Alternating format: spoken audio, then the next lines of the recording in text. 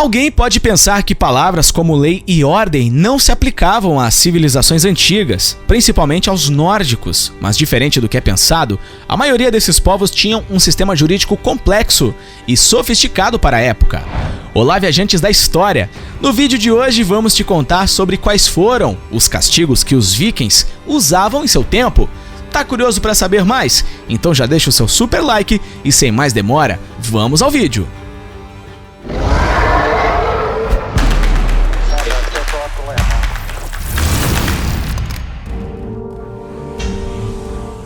A caminhada fatal.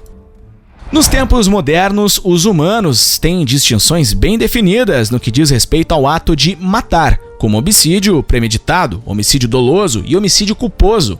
Mas de volta à era viking, a linha não foi traçada de forma tão impecavelmente clara. De acordo com a lei viking, matar alguém secretamente e sem aviso justo era considerado um ato desprezível e monstruoso, enquanto matar alguém em um duelo depois de desafiá-lo em público era considerado honroso. Mesmo em caso de homicídio culposo ou homicídio doloso, era preciso assumir a responsabilidade pela morte e não fugir. Obedeça ao conselho e pague a pena que lhe é imposta. O mesmo se aplica aos homicídios decorrentes de brigas ou situações semelhantes.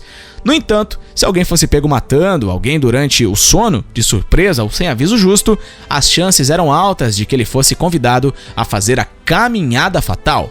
Essa punição foi reservada principalmente para assassinatos de alto perfil, como foi o caso da saga de Bronhir. Na saga Jaws, na caminhada fatal, o carrasco abria a barriga do prisioneiro e ele teria que caminhar até o local de sua execução com as tripas saindo. Mesmo que as vísceras ou intestinos sejam removidos do corpo de uma pessoa, elas de alguma forma conseguem permanecer vivas por horas. Ao chegar ao local da execução, que normalmente era uma árvore, as tripas derramadas do prisioneiro eram puxadas para amarrá-lo à árvore. Se o prisioneiro tiver sorte, eles morreriam durante essa provação, ou então mais agonia era esperada, pois a morte pode levar um bom tempo para chegar. A coisa. O povo nórdico medieval, ou mais comumente referido como vikings na cultura pop, eles não têm uma imagem muito sofisticada e civilizada nos tempos atuais. Frequentemente descritos como selvagens, os escandinavos eram uma sociedade bastante complexa, com um sistema judiciário quase bem definido. Não havia sistema policial, mas eles tinham a coisa. A coisa era a assembleia governante em nível local para resolver disputas, punir crimes e manter a paz. Ou melhor, para manter o controle sobre a violência. Durante a coisa, que era realizada periodicamente, todos os homens livres dos vikings se reuniam em suas comunidades para fazer cumprir a lei. Cada coisa tinha um orador que recitava a lei de memória. O legislador e o chefe local julgariam e resolveriam os casos de disputa que ouvissem, embora todos os homens livres da comunidade tivessem uma palavra a dizer. No entanto, as coisas provavelmente eram denominadas por uma família ou famílias locais poderosas. Então, quanto mais influência você teve na comunidade, mais peso suas palavras tiveram durante a coisa.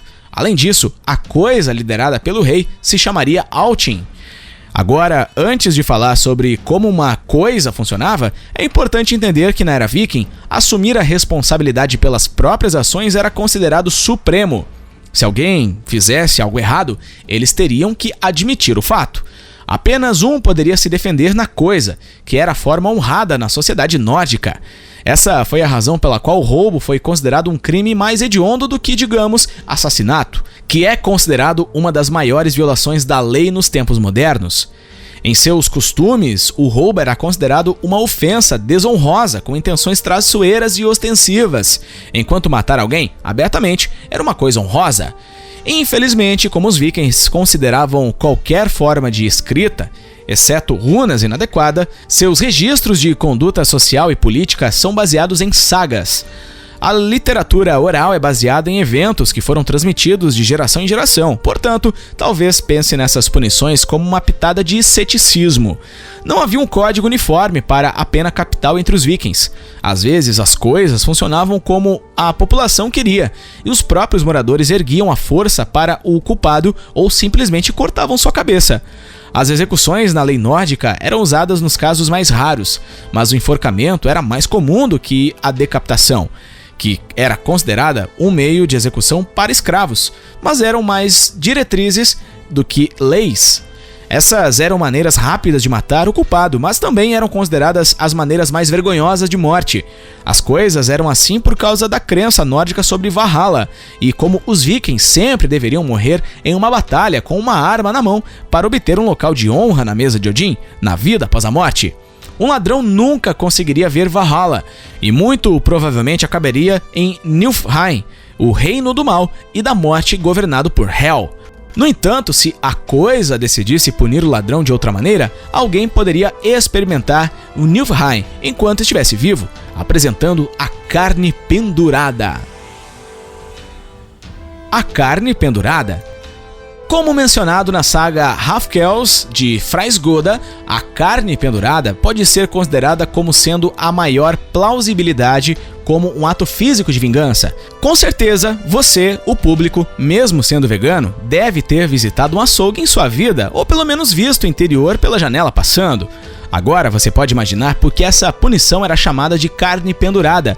É exatamente o que parece. A carne é pendurada pelos tendões traseiros usando o gancho de um açougue. A única diferença é que as carcaças de animais mortos em açougues estão mortas, enquanto os culpados que sofreram essa punição na Escandinávia ainda estavam vivos e a maioria sobrevivia a essa provação.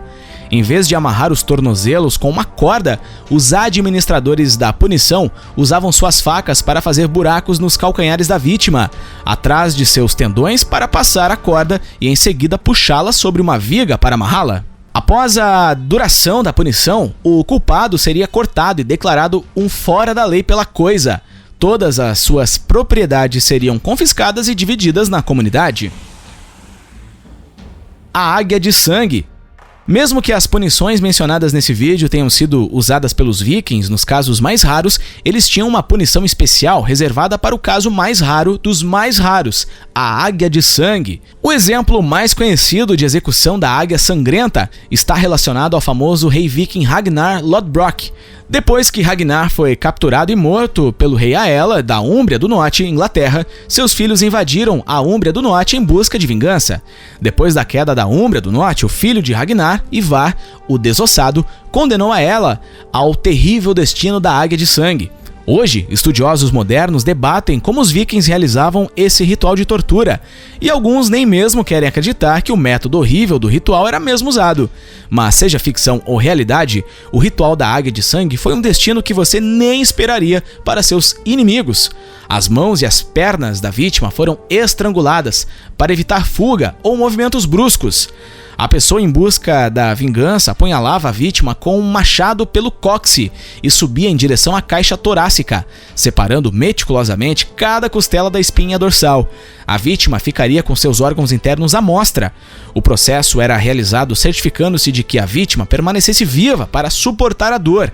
Para piorar, os vikings esfregavam sal na ferida aberta. Em seguida, as costelas destacadas seriam abertas como dedos gigantes para que se tivesse acesso aos órgãos da vítima e para que pudesse puxar os pulmões para fora e trazer a vítima a parecer como se estivesse um par de asas abertas em suas costas. Daí vem o nome, águia de sangue. Haviam duas razões principais para os vikings usarem a águia de sangue em suas vítimas. Primeiro, eles acreditavam que era um sacrifício a Odin, pai do panteão dos deuses nórdicos e o deus da guerra. Em segundo lugar, e mais plausível, foi de que a águia de sangue seja feita como uma punição para honrar os indivíduos que faltavam. De acordo com a saga Orkneyinga dos vikings, Halfdan foi derrotado na batalha pelas mãos de Earl Einar, que o torturou com uma águia de sangue enquanto ele conquistava o reino de Halfdan. Da mesma forma, Aella foi torturada em vingança.